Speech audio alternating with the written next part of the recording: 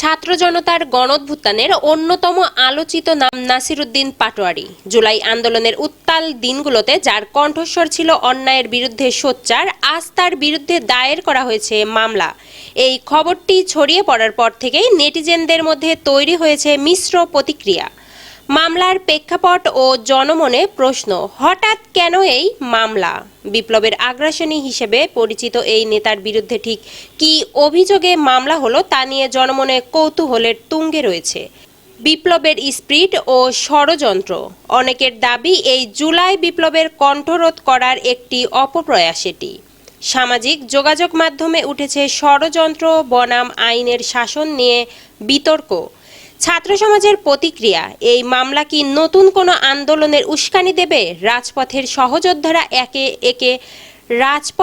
সহযোদ্ধারা কিভাবে দেখছেন? বিপ্লবোত্তর বাংলাদেশে এই ধরনের আইনি পদক্ষেপ কি ন্যায় বিচার নিশ্চিত করবে নাকি বিভাজন বাড়াবে? সত্য কি ঢাকা পড়বে আইনের মারপ্যাঁচে? নাসিরউদ্দিন পাটোয়ারির বিরুদ্ধে এই মামলা নিয়ে আপনার ব্যক্তিগত মতামত কি? কমেন্টে আপনার যুক্তি তুলে ধরুন এবং সত্যের অনুসন্ধানী পোস্টটি শেয়ার করুন। মিরাতুজ্জাহান মিলি, ডেস্ক রিপোর্ট, নবরূপ টিভি।